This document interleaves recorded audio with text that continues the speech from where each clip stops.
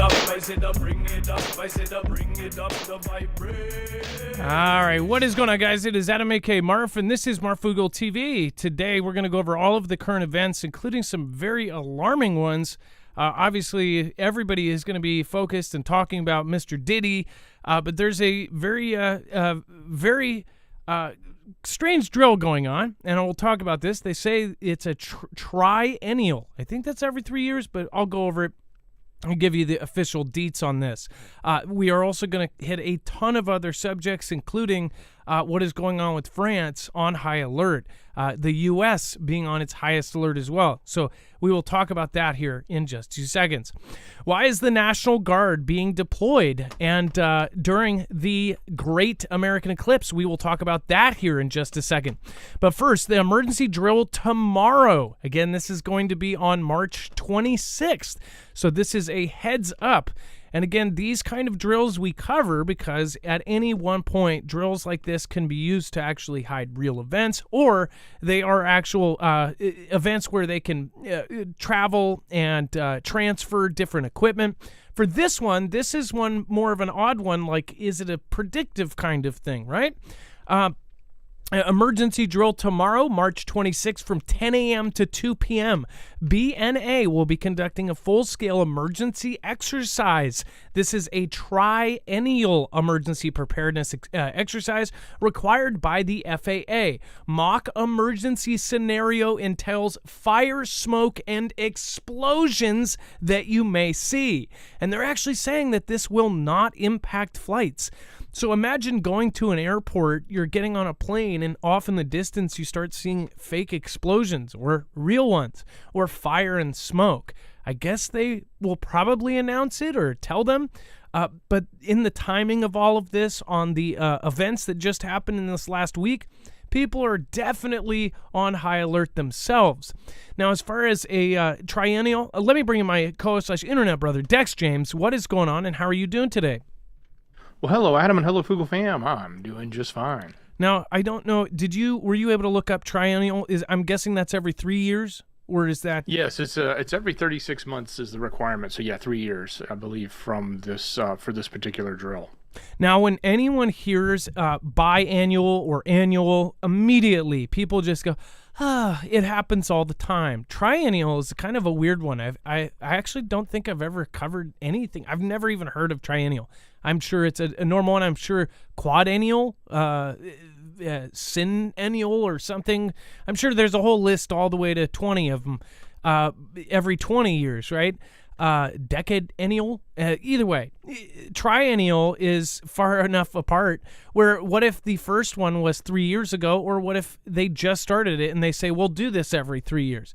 That's the thing. This could have been something that goes on every 3 years. Either way, it's something to be aware of, especially if you are in the neighborhood.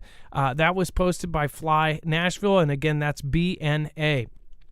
So that, again, is at Nashville International Airport. So very, very interesting to say the least. Now, this is also going to go right into our next story, which, again, we'll cover in just a second. We'll be right back right after this.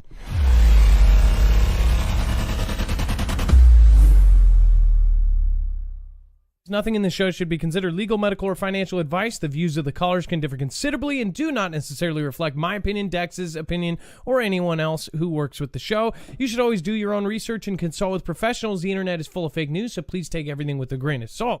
If you have not already, it helps us out if you end up going through any of our affiliates, and it helps you out if you end up protecting yourself against cybercrime.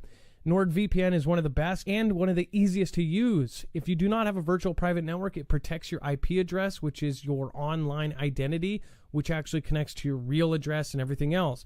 It also connects to you. If you know anything about how they are data logging and basically getting your profiles down, you can prevent that by having a VPN. Nord is, again, one of the easiest. Download it. It's like an on switch and off switch. All you have to do. Go to marfooglenews.com/VPN. Not only will you get a giant discount on this, but you will also be helping us. I appreciate your support, and I appreciate everyone that goes through any of our affiliates. Can't say thank you enough.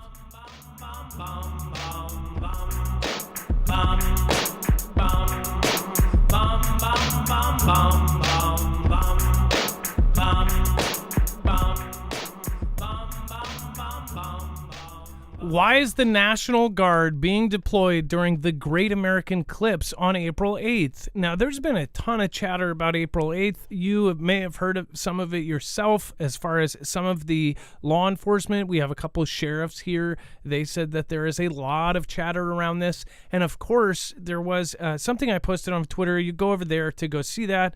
A warning from a former sheriff and a former deputy marshal. Is that I think that's how you say it, deputy marshal. Basically talked about current law enforcement that they know getting warnings about specific, very specific kinds of events happening here in the United States and to be aware of that threat. This is at the same time, obviously, as some of the stuff we're going to be covering tonight, like we are at a level that hasn't been seen before. It is higher than it was back in 2001, the level here in the U.S. And then, of course, France saying that they are on the highest alert. Now you have National Guard troops being posted on April 8th, which seems like a harmless day. It's just a solar eclipse. But yet they are having all sorts of different events take place. Millions of people are traveling for this. And you have, of course, news of them doing all sorts of weird things as far as law enforcement goes, like having radiological detectors there at multiple locations. They're going to have boom boom sniffing dogs all over the place.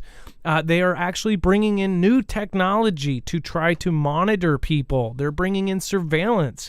They're bringing in National Guard. So what the heck is going on here? Dex, do you want to go over some of this? This is getting kind of ridiculous at this point. You know, the thing that really worries me is the fact that there's going to be so many people gathered in these locations. So, look, there's a couple of stories happening here. So you've got everybody from Oklahoma to Ohio, to locations in Texas where they have, in some of these locations, they've rolled out or they're rolling out and organizing the National Guard. They're going so far as to make sure to tell people to pack supplies, stock up on everything you need, because they fear people are going to be stuck. At least that's the message they're putting out, is that because of the influx of people to these specific locations, that they're going to be stuck and they're going to be jammed in and have a very difficult time moving, maybe run out of gas, maybe be stuck on the side of the road for a long period of time. So they want to make sure that you have supplies with you. They're telling people to stock up. Now, the other part of this that has me worried is not only would you think, okay, well, that makes sense. Let's make sure that we tell people not to be dumb and go out with an empty gas tank and no food in your car in a scenario where you might be stuck for 6 or 7 or 8 or 9 or even longer hours. But they're rolling out the National Guard. Now, I get it. On one hand, you could say maybe it's because they don't have enough, these smaller cities just can't potentially police that many people, and because they're not built for it. They might be a population of 20,000, and all of a sudden they're going to have 300,000 or 400,000 people around their area. That's a big deal. Now, that all just sort of makes sense, and it's on the surface makes sense. I think the big worry we have is the fact that we're under this massive threat level right now, and we're creating an environment with so many people gathered in these pockets of areas throughout the U.S. on one specific date, that it's going to be rife for opportunity for these bad guys to actually do something to us. And I'm wondering if part of this preparation they're doing is to try to either prepare for that, or something else. So I'll leave it at that. You guys can read more between the lines or think about it. But I think the main thing we think of as preppers is, what does this mean if you live in this area? And when I say this area, I'm talking about the area that is in the actual totality of the eclipse, like from Texas to say Ohio, Indiana, areas like that, and through Oklahoma. You can actually see the eclipse from just about everywhere in the U.S. You just won't be able to see a full total eclipse, only in that stripe. And that's why they're saying a lot of people are going to go into those specific areas. So if you live there, you might want to be prepared. Now, Ron Sipple says, I think it's because of an incoming meteor or comet, right? It is super crazy that the news of this kind of comet thing will share the sky for the eclipse, but we're going to cover that in a video tomorrow. So make sure to tune into news.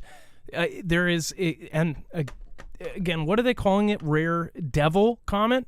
I think that they're calling it the Red Devil or something like that. Dex, do you remember what it was called? I know that I purposely put it off, and we're going to be putting it in tomorrow's thing here. It is going to share the sky. So let's go over to this. Hold on 1 second. Let me pull this up. This is really, really weird stuff. Let's see here. Yeah, the Devil Comet. They're literally calling it the Devil Comet. Devil Comet visible in night sky now won't swing by Earth again for decades. Here how to see it. This is like super, super weird stuff. And then now we have National Guard being posted up. They're usually used for disasters. Again, the first part of that, the National Guard is only supposed to be deployed in emergency situations. But these days, the National Guard is used for all sorts of things. For example, hundreds of National Guard, this is another thing to remember, are posted up in the New York subway system checking bags. You think that that's because they're just trying to crack down on crime? They're checking because something is up. It's like you can see that they're just waiting for some huge event to pop off, but the lower level people don't know what the plan is. Like, it's the lower level is responding to all of this chatter and things that they're getting from above, or possibly above, right? And it's like they're responding to things, but they don't actually know the syllabus, right? They don't know when this stuff is going to happen. This is why we are prepped. This is why preppers are, obviously mentally and spiritually preparing for whatever may come our way. We're not afraid of this. We've been waiting for something like this to happen. And unfortunately, the signs were here a long time. Most people are avoiding it. Obviously, we're going to be covering Diddy and all of that. But I guarantee you, that's going to take up most people's brains. Here, again, we're focused on the geopolitics of the world and even stuff going on locally. There's a lot of stuff happening all over the world, so we really got to keep our eyes open. I hope that people are. So yeah, what do you think the National Guard is there for? People are saying wormwood. I think it's super suspicious, the timing of the comet and everything. It's just creepy. And you guys know my side theory about possible, like, why everything is happening the way it is, why Space Force was put into place, why Solar Observatory had Black Hawk helicopters come in, why they shut down all of the solar observatories. Why did all of that happen? It's just darn weird. Okay. And then Diddy do it? Sean Combs' homes in LA, Miami simultaneously raided by Homeland Security.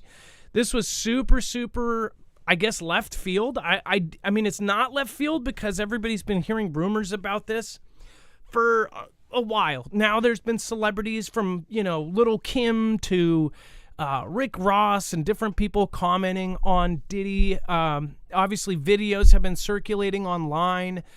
You see a lot of like YouTube shorts and a lot of Twitter videos basically talking about Diddy and as far as his weirdness and how he might be involved with other stuff, or he might be kind of secretive about some of the things. Now they raided both of his homes. But why DHS? The Department of Homeland Security was involved in this? Like, what the heck was this dude doing? What is this? Dex, I mean, that's probably the most surprising part about it. It's like the people involved. And then how did they get helicopters already there at the time that they're raiding it? I was watching video of like live helicopters watching this. Do they always give press? Did the press get like a leak or something? They were able to actually videotape from helicopters, people getting pulled out of the house and, had their hands put up in the sky and everything. Was that film from the police, or was that like the news knew this was going to go down? Obviously, it looks like Diddy may have temporarily gotten out of this, or have they caught him yet? Well, so the latest is, and yes, in my opinion, they would they always leak to the press when they want the press to know a story and to be there to make a spectacle of it. And this was meant to be made a spectacle of for various reasons, whether it's a giant distraction or whether there's something really going on here. A lot of people refer to him as equivalent to EpiPen.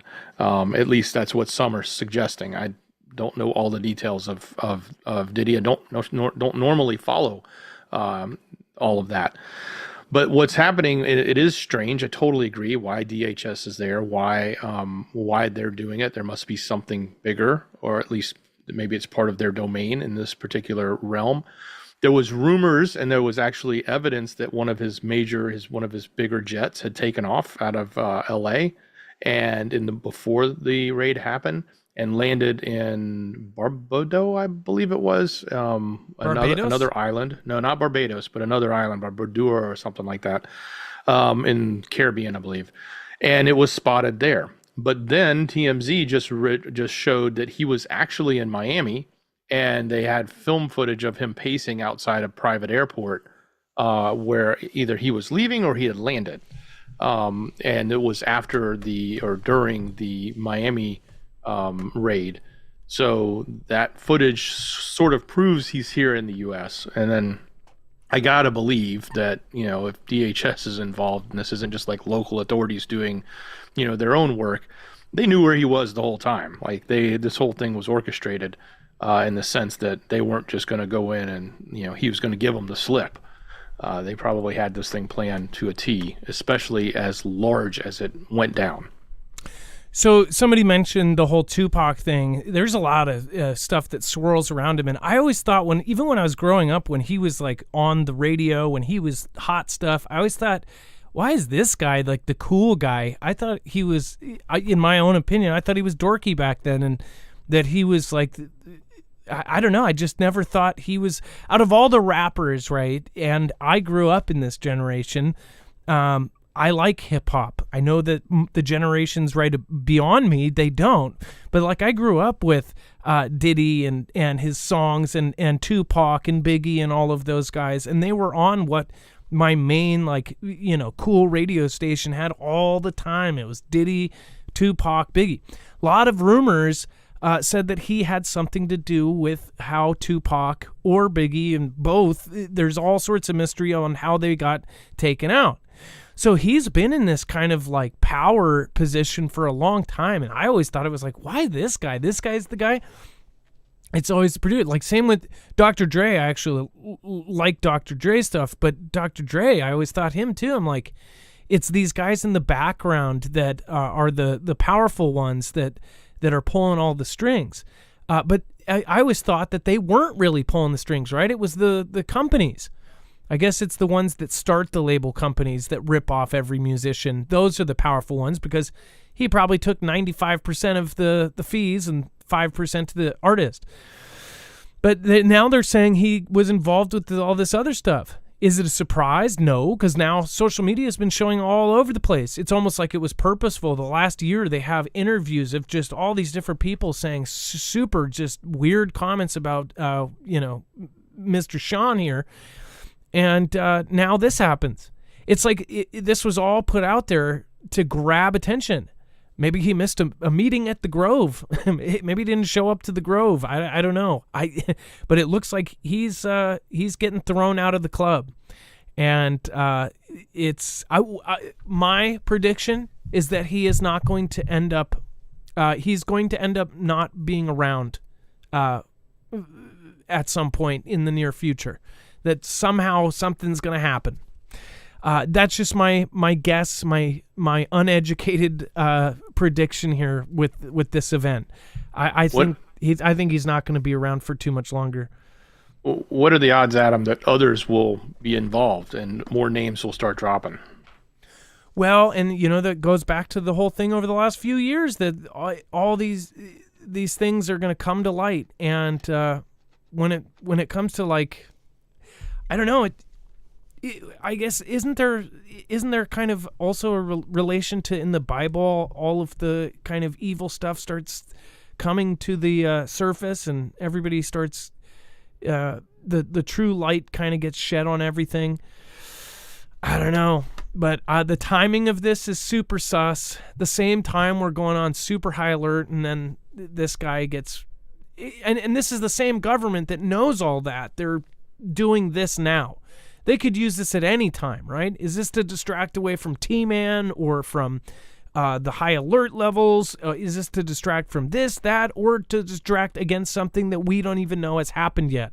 Is this going to get even more spicy and more dramatic to really, really grab people's attention in the next couple days? I don't know. Most people don't care about Diddy or his music, especially now. I'm sure there's some old school fans of him, but really he's just a rich guy at this point. The new generation doesn't even know who the heck this guy is. My kids didn't know who he was. 18-year-old said, "Diddy who?" So the young ones don't know him, except for if they've heard about him on a TikTok video or something, or a YouTube short. What do you guys think? Let me know in the comments down below, but be polite if you can. Thank you guys. It is a community effort. And so, yeah, very, very crazy stuff. Before we move on, let's do a quick roll call. And we're going to, real quick, just to mention, make sure to go over and check out EMP Shield. Affiliates like this help us. Again, we're going up against behemoths and giants, media companies. We're on our own. We don't have a multi-channel network. We don't have a multi-billion-dollar company behind us. We have you guys. So if you do want to get yourself protected against an EMP strike or a Carrington-level event, go to marfooglenews.com/EMP to learn more. It will ground the signal in less than 500 trillionths of a second before it's able to fry your device, your car, your generator, your house. There's so many different devices for pretty much anything that you want to keep running through either that or a solar event from the sun. If a Carrington-level event, when a Carrington-level event happens, this will be able to ground that signal before it fries your car. So you'll be able to get out to bug out or get home to bug in. If you work far from home, definitely something to look at. marfooglenews.com/EMP, and make sure to use the code MARF to get $50 off and help us at the same time. Everybody wins.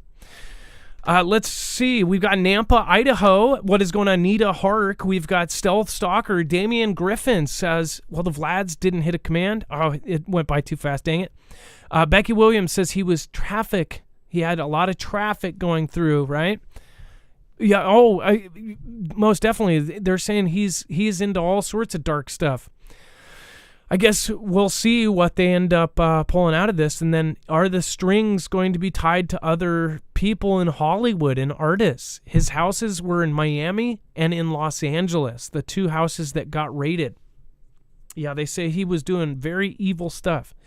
And then Lewiston, Idaho, Lady of William White's estate. Hey, over on X. Thank you for watching. I saw James Damron earlier. Thank you for being here. Tracy, first love ya. Never liked him. Yeah, I wasn't a big fan. I think there was one song I had on my, what are they called? Not iPad. An iPod? iPod, yes. Back when the iPods were just insane. Back when they were cool. Let's see here. Take Taylor Swift out while we're at it. MP3, yeah, even before MP3, or no, whatever those micro discs, the square, almost like a floppy disk, but it was this big. Do you remember what those were called, Dex? You're a tech guy. They were little discs that I think only Sony made, and they were like square cassette things, but they had a little tiny disc inside. They were about an inch tall. I forget what the heck those were called.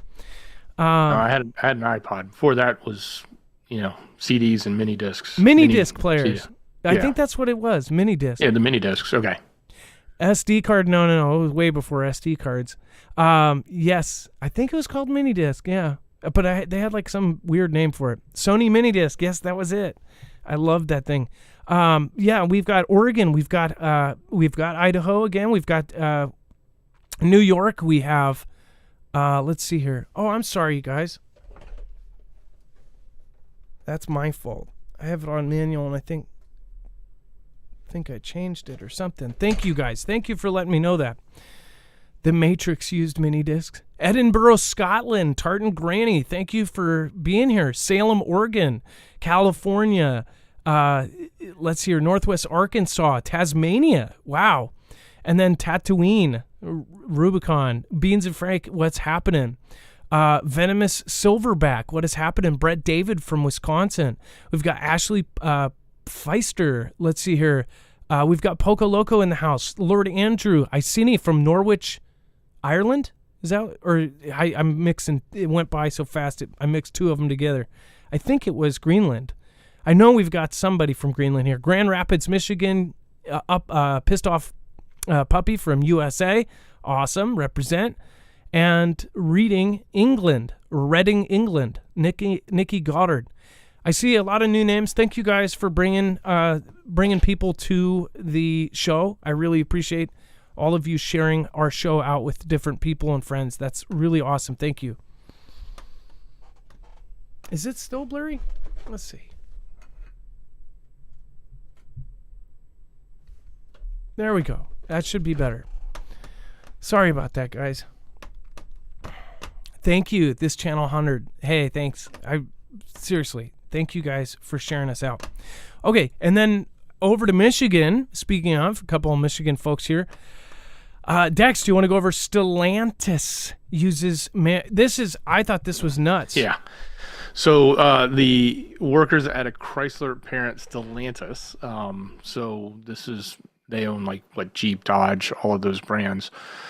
They were told, hey, tomorrow we got this big event going on and we want to talk to all of you. And the way we're going to do it to make sure everybody's there is we're going to do a mandatory remote day. So you have to work from home tomorrow. So they told all these people they had to work from home. And then what did they do when they got them on Zoom and they had 400 plus employees on Zoom? They fired them all or laid them off technically. So this is, I don't know if this is going to be the next new thing, but they literally got the people to not come into the office and stay at home so they could use a big event online to then lay them all off en masse. Of course, you know, there's multiple parts to the story. One, hey, the auto industry, again, taking its hits. Obviously, the struggles they had with the EV market and other struggles they've had probably with just inflation and the high cost of cars and all of this stuff, making it difficult for them to stay profitable or even get close to being profitable and having to back out of some of this stuff now, by example, firing about 400 people. The other part of this story is some of the people that were interviewed after the fact, this is from the automaker that makes Jeep, Ram, Chrysler, and Dodge, said, hey, you know, I'm a mechanical engineer and I'm not, you know, it's not like a lineman who's putting the cars together. These are software engineers, mechanical engineers, et cetera. Said that, hey, I think, and this was his opinion, that a lot of these jobs that they were cutting are actually being moved and they're moving them into Mexico. And they're hiring from outside of the country for the same types of roles. So as another way. So that's just another insight on the story. And then, of course, the main part was, you know, if you get called to a mandatory work from home day, you might want to be a little leery about what that day would be, because mandatory work from home days are not a good thing anymore, according to the folks who just got cut from Stellantis. Somebody said that this is the same thing that Elon did with Twitter. I remember he did get rid of a lot of people. And I'll just be honest, I remember like being on the side of Elon for that because of my bias. It was like those people were going along with the old Twitter system, which was horrid. But did that was a security? That was definitely a security issue, right? I mean, you just bought a company and 90% of the employees hate you, you know, and would do anything to sabotage you on their way out the door. Yeah, the best thing you can do is lock the doors and tell them to stay at home. But that's a specific use case. This is a scenario where, you know, you've got a large manufacturer with a very large base. I mean, this isn't a massive layoff. I mean, 400 people is a lot of people, but I don't know how many people Stellantis employs, but it's a small percentage. It's not like they laid off half of their staff or something, but it is still a lot of people when you think about it. And to put them all on a phone call and say, you know, unfortunately, you know, you no longer have a position in the company. That's a difficult way to go. It's always better. It's never good news, whether you're delivering it or receiving it. It's never good. but it's probably much less personable when it's over a Zoom call. Yeah, with so everybody on there. So people said Tyson did something similar here. As far as like this goes, this is pretty messed up. And if you try to see it from the company's point of view, it's such a bad economy that you fire 400 people at the same time, you might have somebody go postal. By the way, I talked to a youngin', didn't even know what going postal meant, and I'm like, going postal is like going, on a Friday you get laid off, they go in on a Monday and do something crazy, right? With this is like, I guess, is this to avoid them going postal? Like, either way, also back, I remember the Elon thing, and that was, I remember they had the chat group and stuff. There were actual people saying that if he bought the thing that they would, do horrible things. Some of those people even got reprimanded before the switchover. But I could understand being in that spot, wanting to do all of that and to clean house, not with them in the office. In fact, especially if the office was a small office, or it was a singular building or something that most of them worked in, right? Either way, I don't know if that's true. So I remember it. What was true though, and they were talking smack about him. And come on, back then, even after everybody had gone back to work, back then in Silicon Valley, 80 to 90% of the people still worked from home. So the office was a dead zone anyway. When you walked through there, it was like a ghost town. So yeah, they were, even though he told them to work from home that day, they were already working from home anyway. Yeah, that was right at the end of everybody was working from home. And then we have UN Security Council passes resolution calling for a ceasefire in the Strip. So the UN Security Council has called for an immediate ceasefire in the Strip after the U.S. did not veto the measure in a shift from its previous position. It says it also demanded the immediate and unconditional release of all hostages. It is the first time the council has called for the ceasefire since the conflict began in October after several failed attempts. The move by the U.S. signals growing divergence between it and its ally Israel over Israel's offensive in the Strip. In an unusually strong rebuke, a statement from Israel Prime Minister Benjamin Netanyahu said that the U.S. had, quote, abandoned its previous position, which had directly linked a ceasefire to a hostage release. It says, regrettably, the United States did not veto the new resolution, it said. The statement said that this harmed efforts to release hostages by giving hope that international pressure on Israel to achieve a ceasefire without freeing the captives.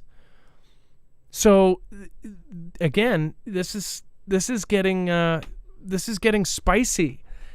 You have the U.S., which is usually backing Israel all the time.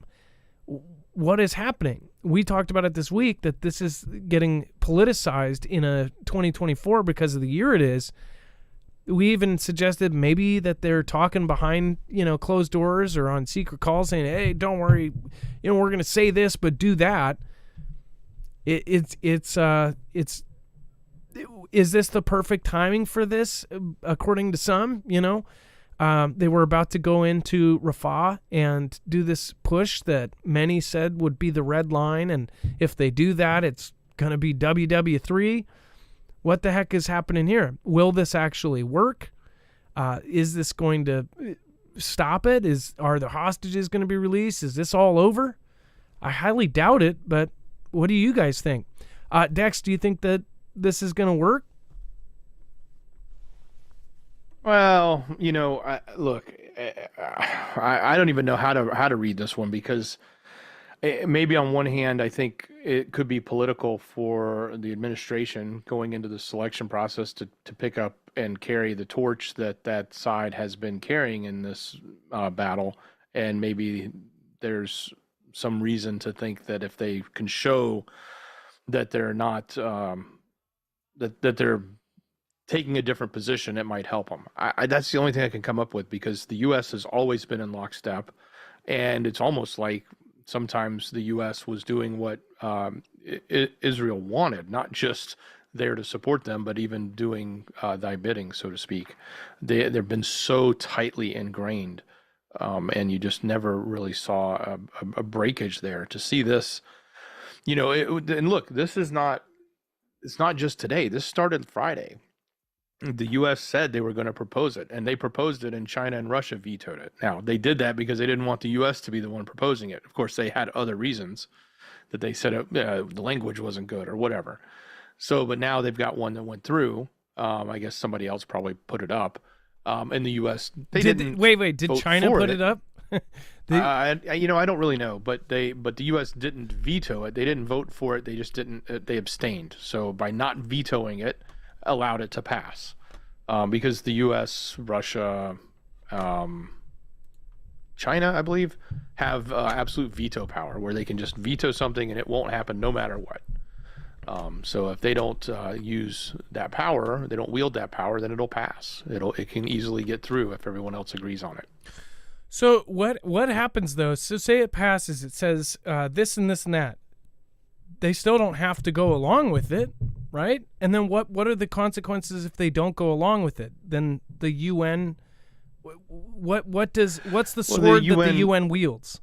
Yeah, so the UN can sanction them. The UN can take away potential powers that they may have within the UN. The UN may be able to get other countries to organize to do something, but that gets pretty extreme. That's not typically the case unless it's humanitarian or being asked to come in and role in a peacekeeping role. It's rare that we've seen, the UN go take action against a country physically like that, outside of, say, peacekeeping, when others have done so. And then so it is on some hands they could certainly say, yeah, well, whatever, but it isn't necessarily. The big thing is the fact that the U.S. has now shown that they're not going to support them, and that has absolutely enraged Israel. As you read a little bit about their response, but it's not just their response; they are pissed. So much so that they've canceled all the meetings. So if you remember, we were talking last week how the senators and the Congress people had agreed to finally having Netanyahu come and address Congress and talk to them.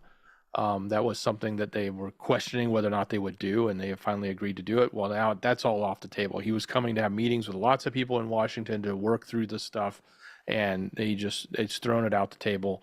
They're absolutely upset about what's happening. So, but do you remember when we covered that? I said it was kind of weird. They're making such a big deal before they even come to announce, like, oh, well, I'm the person who invites, and I'm the one who invites people to speak here. And one thing I saw, and I thought it was kind of weird, that before, if they have Zelensky come or something like that, they don't talk about it until it happens, and then they cover it. But they were hyping it up, and they put it on every news outlet, like, oh, we're going to invite Netanyahu here, and he'll talk, and he'll be able to talk to Congress. And then we asked the question, is he going to ask for money? Is he going to ask for support? Is he going to ask for them to help with something, or this and that? And I thought it was strange that they were making such a big deal. Now they can go, oh, all of that is canceled. And everybody knows about it because they made a giant deal about them even inviting him to come. It's kind of odd. And they don't need money. I mean, look, let's face it. They have a huge surplus. They don't need money. And they're not coming here begging for money. Now, they do need our weapons, but they'll pay for them. They don't have a problem paying for them. Just because we pay for theirs. We buy a lot from them. They buy a lot from us. But, I'm sure we will give them money, or we have, and we did through this process. But they don't need it like UKR needs it. UKR has no money to pay for any of this stuff, or if they do, it's because they've put it away in their own coffers for themselves and not left it for their government to take care of anything. But Israel, they're loaded. They are absolutely loaded. And then Iran is selling a drone called Gaza that it can carry 13 explosives and travel 1,200 miles. This is a flying plane-like drone instead of a helicopter type. Iran is selling a new drone, and it's actually called the Gaza. Iran unveiled the drone at an arms expo in Doha earlier this month. The Wall Street Journal reported that the drone can carry up to 13 bombs and travel more than 1,200 miles at 35,000 feet. So this would be as high as a commercial jet. It says that, well, Iran has long developed weapons and shipping them to its allies and proxies around the world. It is now able to sell those weapons on the open market after UN sanctions that barred the country from importing and exporting ballistic missiles and armed drones expired last year. So it just so happens the timing of all of this is pretty grand. So this the sanction that restricted them from selling these very specific kinds of drones just expired. Would you look at that? Well, Iran has long developed weapons and shipped them to its allies. Those sanctions were part of the so-called Iran deal that was championed by former President Barack and ultimately signed by Iran and the permanent members of the UN Security Council in 2015. As part of that deal, Iran agreed to restrict its nuclear program. Former President Trump, however, withdrew from the deal in 2018.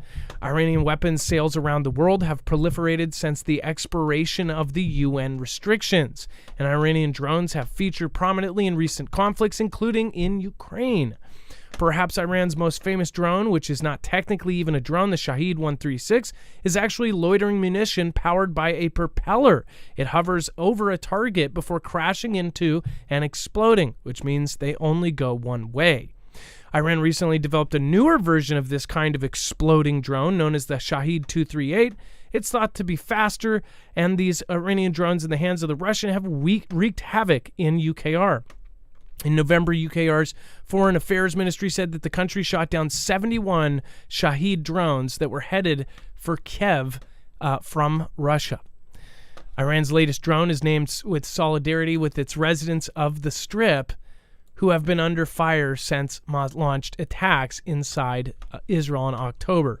If it performs as it's being marketed, it would be a major step up for the Shahed series.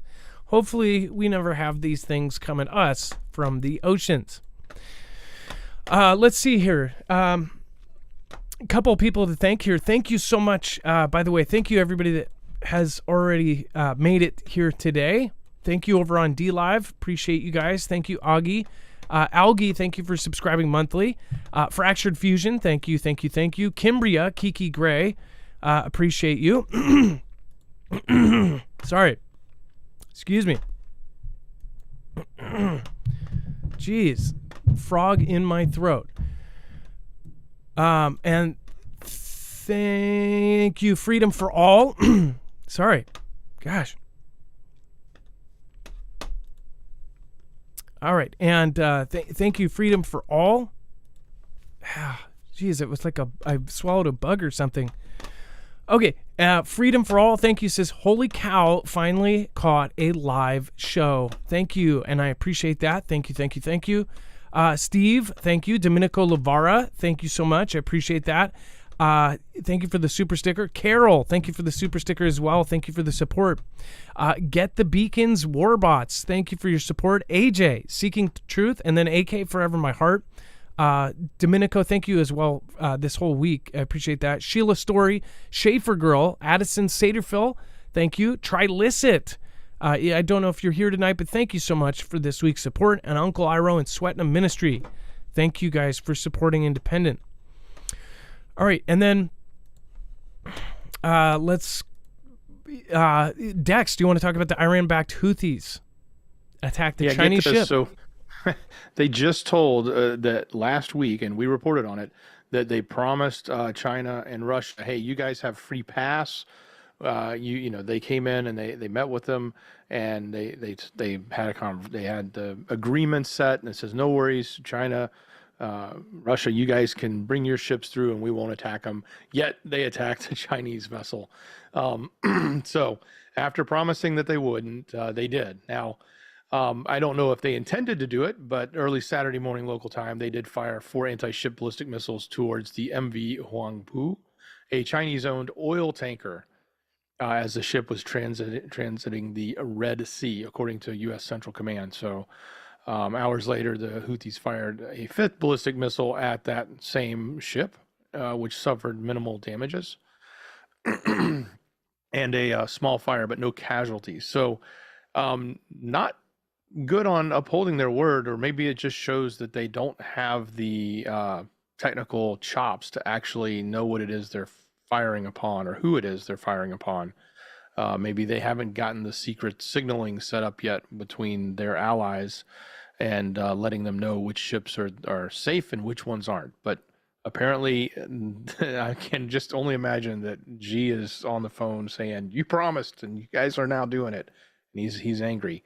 But yeah, this is not good for transportation. That's the main thing. Is like if no ships are going to be safe going through that area, they're just not going to go through. And as we've reported already, the amount of traffic going through the canal there has, dramatically dropped. And by the way, that's bad for Egypt. Egypt makes their money off that canal, so Egypt's not happy with it. They make a ton of money off of the canal business. So if everybody starts going back around Africa, that's just costs everyone else more money in longer transportation times, slows down delivery of the supply chain. Egypt makes less money. Everybody gets hurt. Yeah, nobody is a winner. And before we move on, we actually added Jace because of everything that was happening about a month ago, especially 30,000 pharmacies were hacked. They openly admitted that they got hacked and they were down. A lot of folks asked us how they could get backup medicines if something like that were to happen again, or during an SHTF situation, how would they get things like antibiotics? That's why we picked up Jace. This is actually a really, really useful site. Again, you can go over and go to marfooglenews.com/Jace, and you can pick up a Jace case, which has a bunch of stuff already packed in, like life-saving medications and really common antibiotics. But you can also, the big, really, really awesome thing that they do is they do up to a year's supply of some of your regular medications. So if there's a medication that you absolutely need, think about this. If anything happened, any kind of disaster where you can't just walk into the pharmacy and get more, if you go through this, you can actually get up to a year of backup supply. And you can always rotate that in. You'll always get a year's supply, and then, of course, rotate your normal medicines in. As it gets to the year, you can then take your normal medicine and then rotate in your backup supply. So you'll always have that supply going. So go over to marfooglenews.com for more. Definitely, you get a board-certified doctor. This is an official telehealth site, so you can do it all above board. Very easy to do as well. Go to marfooglenews.com/Jace. And then again, available add-ons for the Jace case. All sorts of really great stuff, including stuff that was really hard to get. But like things like albuterol, that's something a lot of people don't think about that are not preppers. What happens if you have an asthma attack and there is no pharmacy to go get another one? So breathers like this. What happens if you can't go get one? That's a huge deal. Go to marfooglenews.com/Jace, Jase, again, to learn more. Make sure to use the code MARF. You'll save money, and you'll help our channel at the same time. And then Philippines minister dares China to put maritime sovereignty claim to arbitration. Basically, take us to court. Philippines defense minister dared China to take its claims of sovereignty in the South China Sea to international arbitration following another standoff at the weekend, but said Manila would not budge on its position. The Philippines accused China of Coast Guard of using water cannons against civilian boats supplying troops stationed on the grounded warship at the disputed Thomas Shoal, damaging the resupply boat and injuring some of the crew. They, of course, said that this isn't just like a lawn hose. This is a ship hose that it broke through the front windows, and supposedly the glass actually injured some of the people working on it. I saw some seemed like pro-China accounts basically saying, well, if you are supplying troops, then you're basically a troop yourself. They were arguing both sides of it and saying, like, hey, if they're going to supply these military troops, then they're essentially working for the military and are open game. Whatever you end up believing on which side is right or wrong, most people are siding with the Philippines, saying these are international waters and you can't do that. So this is a hot point that we worry about, obviously escalating beyond just water cannons. So we'll be following it, and hopefully it stays where it's at or gets better. And then North Korea says Japan's prime minister offered to meet with leader Kim Jong-un soon. So I actually kind of felt like this was a little left field. North Korea said Monday that Japan's prime minister has offered to meet with North Korean leader Kim Jong-un, but stressed that prospects for their country's first summit in about 20 years would depend on Tokyo tolerating the North's weapons program and ignoring past abductions of Japanese nationals. Japan acknowledged it has been trying to arrange a bilateral summit, but dismissed North Korea's preconditions for such a meeting as unacceptable, dimming the prospects that Kim and the Japanese Prime Minister Fumio Kishida would hold a summit anytime soon. Observers say that Kim wants improved ties with Japan as a way to drive a wedge between the U.S. and its allies, while Kishida wants to use possible progress in the abduction issue, a highly emotional issue for Japan, to boost his declining approval rating at home. After admitting in 2002 that it had abducted 13 Japanese nationals, North Korea allowed 5 to return home, but said that the others had perished. Japan believes some of them were still alive. Gosh, imagine that. And that's back in 2002. If they are still alive, I bet you will hear something. If this goes down, I have a prediction on how the patterns work on these things. In a year from now, we'll be covering a story, and they say that 3 Japanese nationals not only are alive, but are living a life, and they're actually participating in North Korea as North Korean citizens or something. Something like that. I feel like that's going to be the future, right? Some weird story like that. In a state carried by state media, Kim's sister Kim Yo-jong, who also is a senior official, said that Kishida recently used an unspecified channel to convey his position that he wants to meet Kim Jong-un in person as soon as possible. So that's a weird part about this. Kim Yo-jong, very similar. Kim Yo-jong is saying that they reached out through really low-key things and says, hey, I want to meet you guys as soon as possible. What the heck's going on here? Is there something that's coming? By the way, and back to earlier, talking about this whole eclipse thing, a lot of people don't think it's the same, or it is what it looks like. Kind of creepy. If you think, oh, maybe there is a comet heading towards Earth or something. Maybe they're trying to give North Korea a heads up. Doubt it, though. I'm sure Russia would have given them the heads up anyways. But very weird. Dex, go ahead. Well, in other unrelated but related Japan-North Korea relations, there was a football game, match, I should say, last week, I believe it was. It was part of the World Cup qualifying matches between North Korea and Japan beat them. They were supposed to then go to North Korea for the next game, but Kim canceled it. Said, nah, we're not having it. Then he used some excuse like, oh, well, there's some sickness they've got over there and I don't want it in my country. And they failed to give them another location or venue.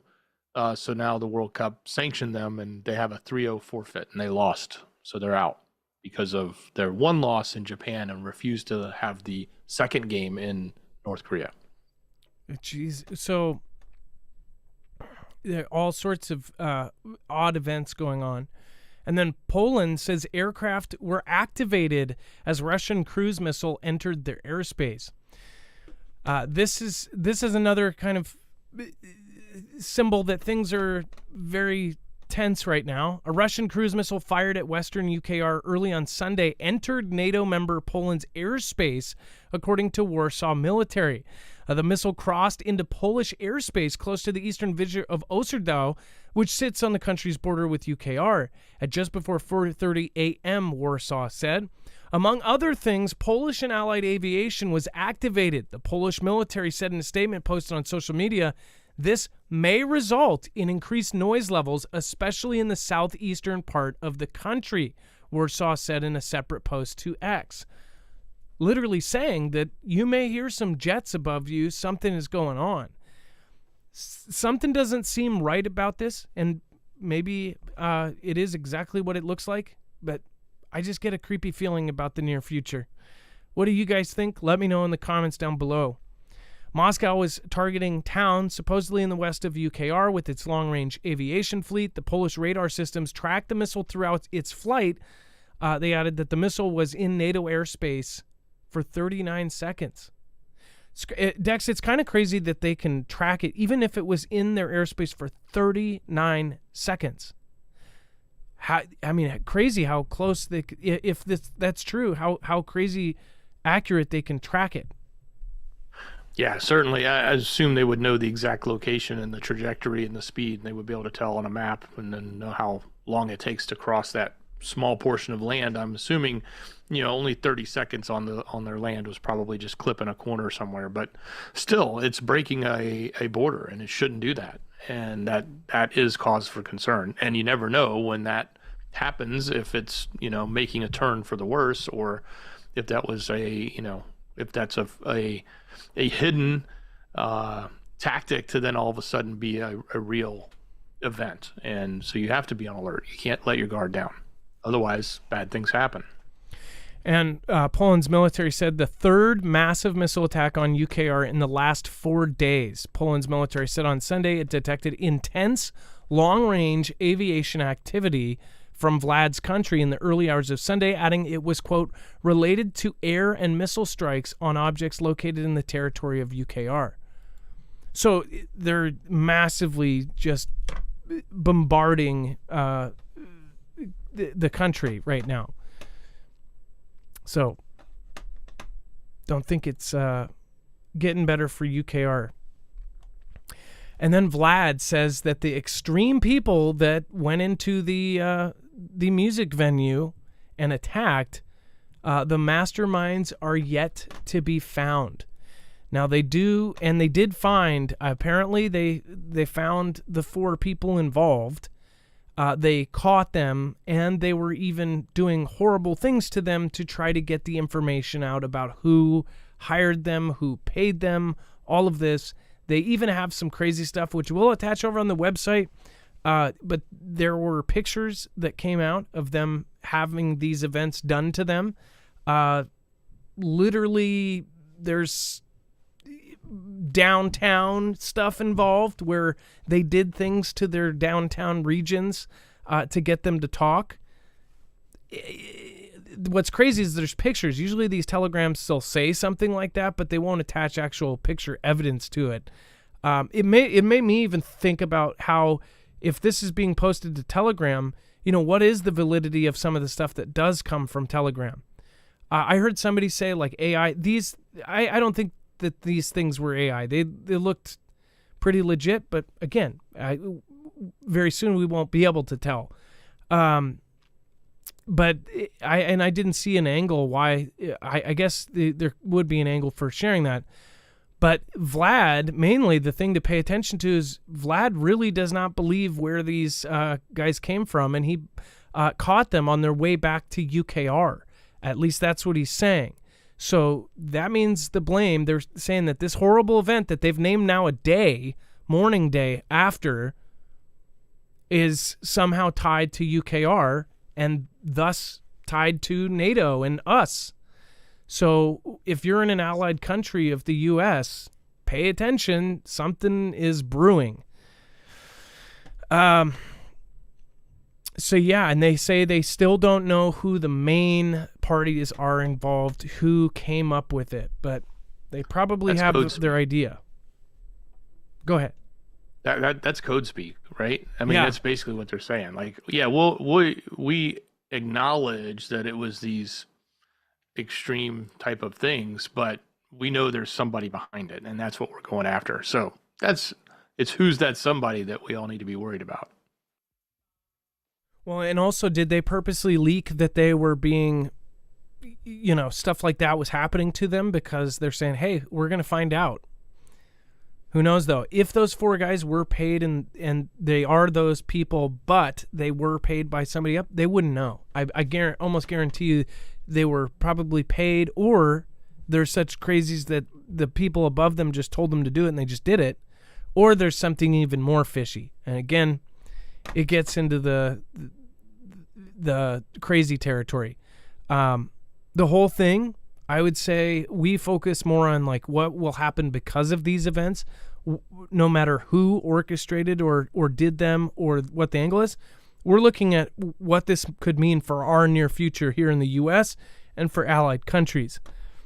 It doesn't look good. So, again, very, very interesting things happening here. And then, by the way, thank you. Thank you, Darren. I appreciate you. Thank you for subscribing. Billingsley, thank you for subscribing as well. Jerry Shirts, thank you. Happy Go Lucky, thank you for subscribing. Gamer28, thank you for subscribing. As always, if you subscribe during the show, I always try to shout you out. Thank you. The Terrible Truth, thank you as well. Thank you, Billy Clemens, for subscribing. DM, thank you for subscribing. Dan Walton, Money, Monale a Bandit, Iron, ENR, Rory March, and Sten, thank you for subscribing. I appreciate you guys. Thank you. And then thank you, like Scooby-Doo Right. Thanks for sharing our show out and hosting us over on DLive. I appreciate you bringing even one person in, let alone you brought about 20 the other day. So thank you. All right. And over on DLive, thank you guys. I appreciate it. Okay, and then we have Vlad's enemies reveal 6 shock clues showing Malaga atrocity could be a job from inside. Dex, do you want to go over what's going on? Yeah, so here's another angle. Like we said, we don't necessarily know who's behind this, but in this particular Western media angle, they're pointing the finger at Vlad himself, and they've used some experts that have sort of said, hey, this could be akin to other events that have been done from within under that Fantastic Freddy style in the past. So former GRU Colonel Igor Salikov says that the police units supposedly disappeared right around the time that event happened. And the Vlad's elite forces that were stationed right nearby didn't even show up. These are the claims they're making.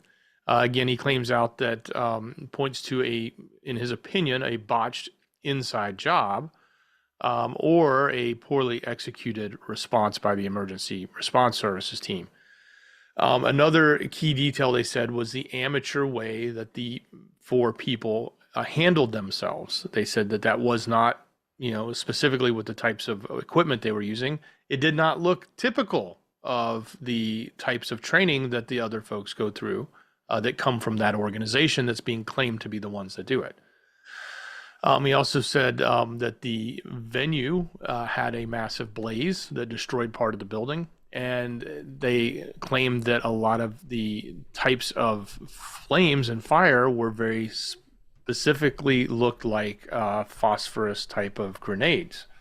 And they said that that's what the elite special forces are believed to have used and have actually used many times before. He also points out that in his opinion, the psychological profile of the people that were there don't actually fit what is typically done, and also said that the had all the hallmarks of a Fantastic Freddy, pointing out that their security is what is typically considered absolutely watertight. It almost appeared too perfect.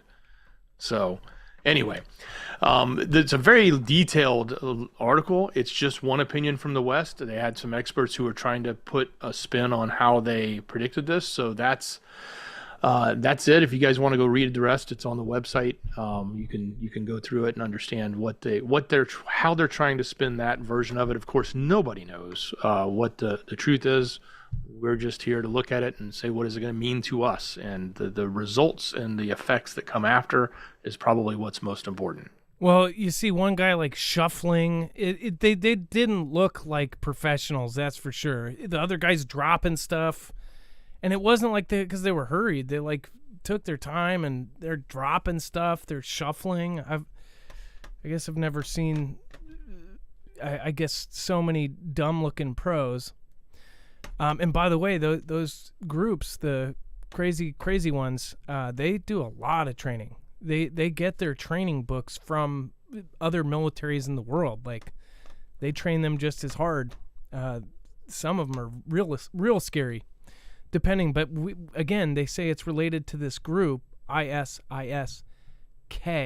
It's freaking, the whole thing is just weird. You could take those same points that they said and you could turn that around the other way too. Like, this thing was super weird. And then before we move on, make sure to go check it out. With all the craziness that's going on right now, it would be very smart to have extra food and water. Don't have an empty pantry. This is a really affordable way to have backup food and backup freeze-dried food that will last 25 years. So you really can, once you get it, you can not worry about it. And if it falls into the budget of this year, then, hey, you don't have to worry about it for 25 years. Or you can break it up over some time. But if you get 3 months, 6 months, 9 months of food, this is the most affordable way to do it. In fact, you get $200 off on the 3-month.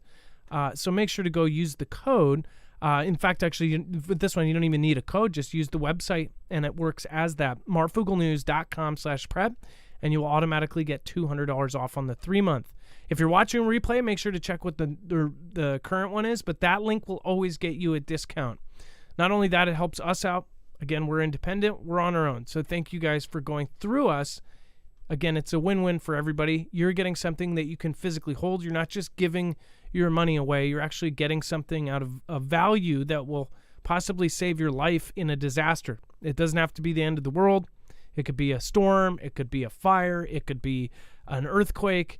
You'll have that food easily stored and extremely well stored,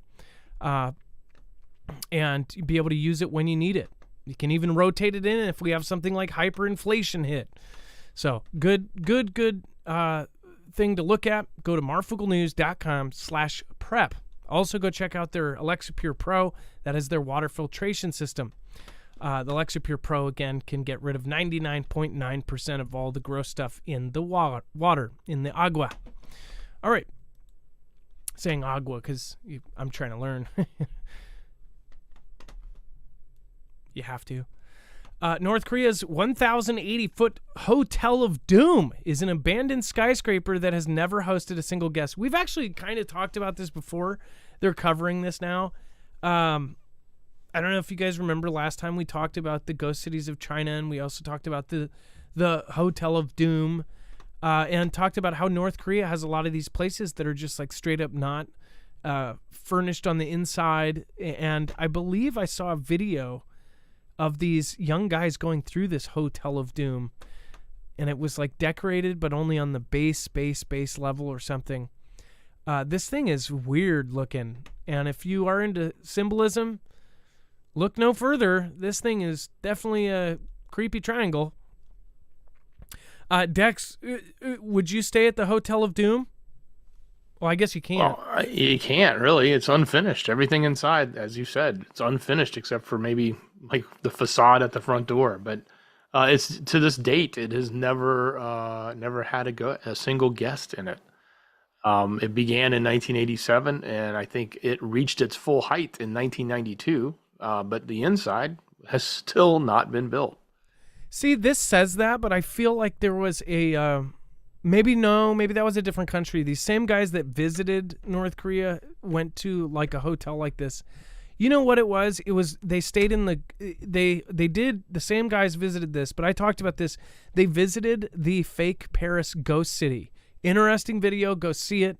They say that there's like a few locals that live there, but basically it's empty. And I said that it was almost like China put a few people there and that they came out for these tourists to videotape it to show that, you know, people live there. It's very creepy. Nobody's there during the day. And then at night, all these people have this community event where they're all dancing and having live music and food venues and stuff. It's freaking weird. And then the Paris Strip, they show how beat up it is and how ghetto it is.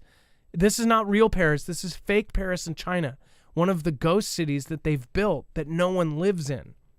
They also showed the inside of the apartment of this ghost city Parisian thing. On the outside, they have this beautiful architecture to look like the Paris Square or whatever. But on the inside, it looks like a cheap hotel room, just nasty walls and gross carpets and stuff. I mean, it's just freaking weird. The whole ghost city thing still gets me. Back to the whole comet thing. It's like things like that. You wonder if those cities are being set up for later. Like these places are destroyed. You can go live in the ghost city that looked like your homeland used to. Dex, go ahead. This is kind of interesting. So two things. One, the building still doesn't even have electricity. I think it'll cost over $1 billion to finish it. But Alec Sigley, an Australian student who was studying for his master's degree in Korean literature at Kim Il-sung University, tweeted about a new sign above the main entrance, sort of suggesting that maybe construction was underway. He tweeted that back in June 2019. In July, Sigley was detained for a week and then subsequently released by North Korean officials. But they had accused him of committing, quote, spying acts against the state, just because he tweeted a picture about the entrance of the building, saying there was a new sign over it and suggesting it might be under construction again. They're nuts. Oh, by the way, yeah, we talked about this. Remember this? It wasn't NK either. All the colored roofs. That it's cheap, right? Isn't that what you said? It's the cheapest form of roofing. Yeah, the metal material, the cheap color is the blue versus the other colors. Yeah, they got a lot of ones that color there. Okay, and then France raises the alert level to the highest level. On top of this, the U.S. has put out alerts. Christopher Wray with the FBI has said that we are looking at threats that far surpass 2001. Going back to what our former president said, T-Man said that he took out Soleimani because they were planning something that made 2001 event look like chicken feed. Like they were planning something so massively horrible that it made 2001 look like a walk in the park. They took out Soleimani, his second-hand guy. They did 2 strikes simultaneously, and they did not get the second guy. And I said back then, it's not like they were like, oh, our boss is gone, so we're just going to quit. It's a country backing it, so they probably still have this planned, given what is going on in our South right now here in the U.S. and everything else that's happening that's super weird with our military bases and surveillance going over them and land being bought next to them and cyber hacks and all of our critical infrastructure. I would think that most people would kind of wake up and go, maybe I should have some extra food and water. But I don't know. That's just me. France, though, if they have a horrible, horrible event go down, this affects all of us. They are a NATO member. If something happens and they go, oh, well, we found out who's the mastermind, maybe they don't have to shock some jimmies to get the information. Maybe all of a sudden we see a headline that says, we found out and it's this or that. This is an act of war. That's how I see something like this potentially playing out. With this, very freaky, but again, it's France. So people go, it's France, it's somewhere else. They might not say that out loud, but that's what they're used to doing. Oh, it's somewhere else. It's not here. Nothing like that happens here. I live in a quiet neighborhood. But there's also Murphy's Law to deal with. Very, very, very scary. Again, we've actually covered this in detail over on Marfoogle News. Again, Dex, we will, of course, put a thumbnail right here to make sure that you can get there. Dex, thank you so much. I appreciate you. Absolutely. Much love. Great job, brother.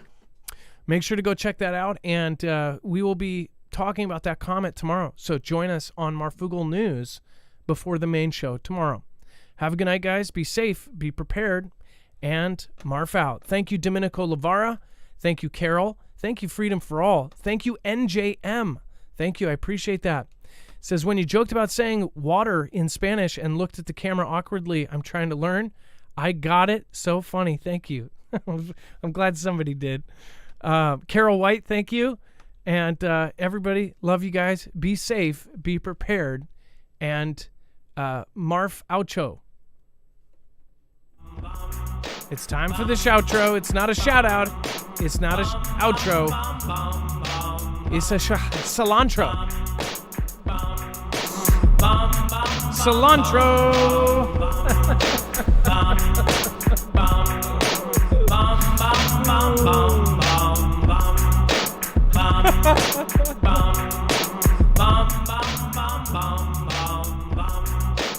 It's a cilantro.